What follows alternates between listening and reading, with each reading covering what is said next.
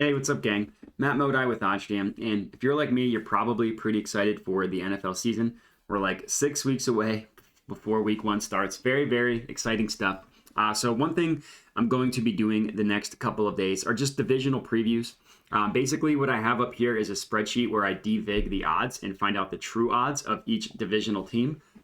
Compare them, to what the odds the sportsbooks have to see if we can find any value here. So the page that you see on the screen here now is just the NFC East Futures Division winner pulled exactly from OddsJam, where you can find futures for, a ton of different stuff, even Coach of the Year, even different Defensive Player of the Year.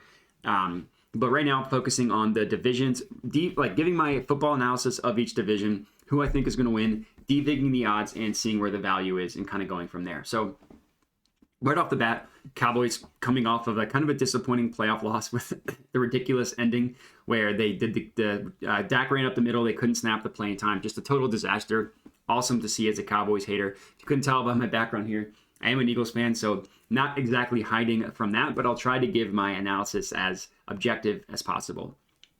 From a talent perspective, the Cowboys are the best team in the division, so it's no surprise that they're also the favorite. They have the best quarterback in the division, probably by far. I think the next closest would be Jalen Hurts, but we'll get to him in the Eagles section. I personally am not a huge Jalen Hurts guy, but there's a little bit of weirdness going on with this Dallas team. Mike McCarthy, I think, is a horrible head coach. Granted, I do like the fact that Kellen Moore pretty much runs the offense. He's a good offensive coordinator. Seems to be a good play designer, offensive structure designer as well. The skill positions, I think, are going to be the weakest Dak has had in a while. Zeke is now 1 year older, coming off of a pretty poor year last year in terms of efficiency.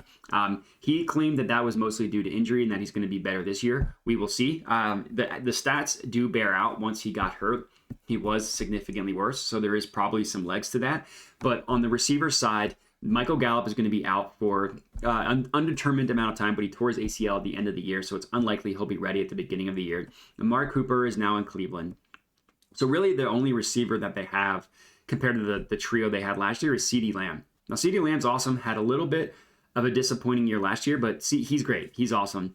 Dalton Schultz at tight end is pretty good, but their offensive line is aging, is a little bit weaker. Tyron Smith isn't quite the stout left tackle that he's been earlier in his career. He's missed a ton of time recently, hasn't played as well. Zach Martin is still as good as ever, but not quite as good as the offensive line that we're used to seeing. So while I do get why the Cowboys are the division favorite, I wouldn't necessarily say that they're my prediction, because I think there's too many question marks. And then on the defensive side of the ball, they do have playmakers. Micah Parsons is great.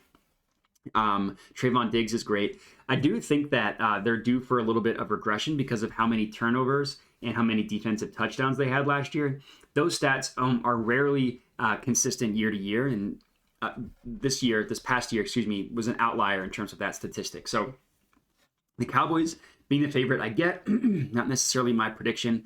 Now going to my Philadelphia Eagles, who, from a talent perspective on the roster, if you take out quarterback, if you just look at literally every other position except quarterback, the Eagles have, have a loaded roster. With the A.J. Brown trade, they're set at receiver in a way they haven't been since Chip Kelly's first year in Philly, when they had Deshaun Jackson and Jeremy Maclin, Jason Avant. They have a good trio with differing skill sets in Devontae Smith, A.J. Brown, and Quez Watkins.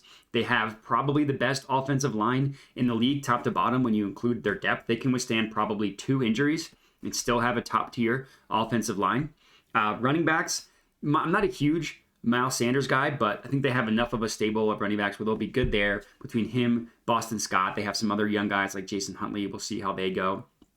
Tight end Dallas Goddard, I think, is probably a top 5, top 7 tight end. Defensively, their defensive line is as stacked as ever. With first-round pick Jordan Davis coming in the fold, they signed Hassan Reddick from the Panthers, who should be their best edge rusher they've had in a while. Outside of them, they're deep with Fletcher Cox coming back, who's been disappointing the past couple years, but now he's almost their 3rd defensive tackle, with assuming Jordan Davis takes a step. Javon Hargrave.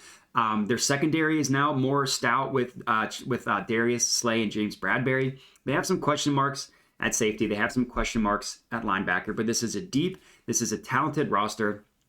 It all depends on Jalen Hurts. It's their tale of their season last year is a tale of 2 halves. The first half of the season, number one, they had a pretty tough pretty tough competition. They played the Bucs, the Chargers, the Chiefs, the Cowboys, some really good teams in the first half of the schedule. And they started, I think, 2-5, 2-6, something like that. Pretty rough start. After a pretty embarrassing debacle loss to the Raiders, they completely switched their offensive philosophy. So the first half of the season, they were extremely pass heavy. Philadelphia residents will tell you. Extremely pass heavy. After that Raiders game where they got pummeled by Derek Carr, they became extremely run heavy. They completely flipped the offense. So no longer did they rely on Jalen Hurts, they relied on the running game. I think that's probably made the most sense for the way the roster was built. I don't necessarily think that's how you can win in the NFL. You have to be a good passing team. And I wonder if the Eagles are going to try and go back to their passing heavy offense like they did at the beginning of the year, now that they have much, much better weapons on offense. I think this isn't a hot take, but it's going to be a make or break season for Jalen Hurts. And I think they want to get an idea of how he can do passing the ball.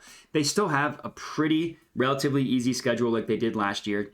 They have a little bit. The roughest patch is 3 straight road games at the end of the year, weeks 14, 15, and 16 against 3 good teams. So that's probably will make or break whether they win the division or not.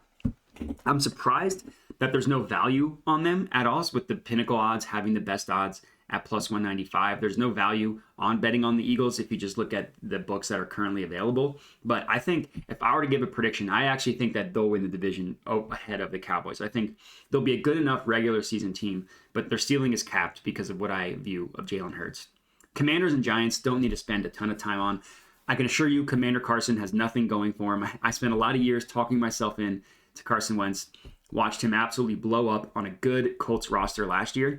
I see no reason why the biggest train wreck organization in all of sports will bring out the best in a train wreck quarterback. The Giants, maybe they can make some noise with the new head coach. I do think going from someone as bad as Joe Judge to someone who's highly regarded like Brian Daboll, that could possibly make the Giants better than people expect, but it's still a really bad roster and a really bad quarterback. So to me, it's a 2-horse race between the Eagles and the Cowboys. There is some logic where if you want to put money on both of them, assuming one of those teams win, you could come out ahead regardless. You could almost arbitrage the Cowboys and Eagles unless something wild happens and one of the other teams wins the division, which I don't foresee happening. It's not a terrible idea. Looking at the math, so right now, these are the odds that we were just looking at, MGM, PointsBet, and FanDuel. What you could do is de-vig the odds and find out what the Pinnacle fair odds are for each team. For those of you watching this channel, you're very familiar with the OddsJam line and the no-vig odds. It's the same concept applies for futures as well. It's just takes a little bit more work to de-vig the market. Basically, all you have to do is find out the Pinnacle implied percentage. So all odds have an associated win percentage associated with them, right? So plus 113 associates to just under 47%.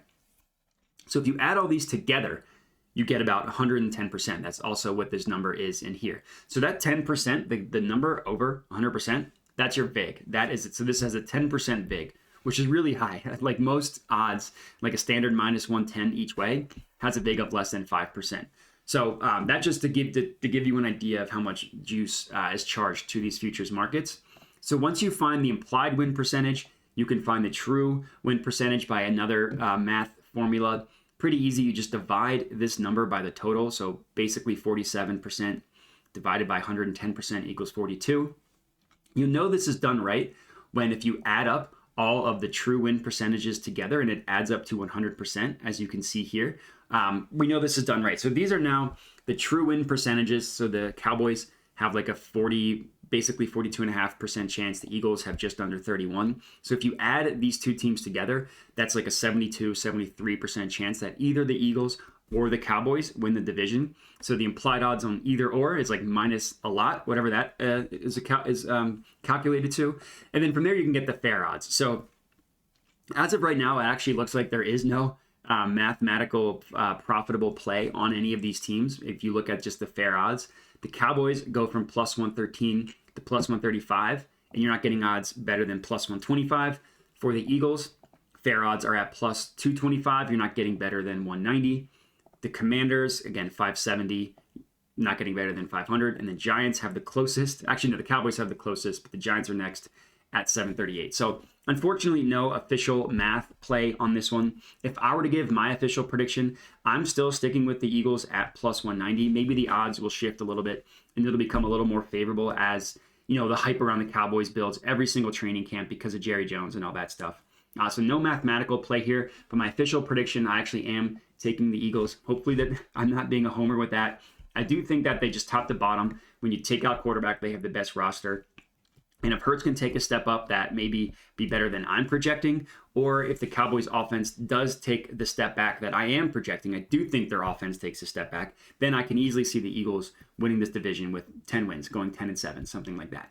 So that's going to be my official prediction. Would love to hear your feedback. Hopefully this wasn't too confusing, devigging the market and all that stuff. If you have any questions, please let me know. Hit me up on Twitter, Modi_Matt. Comment on the video, provide any questions that way.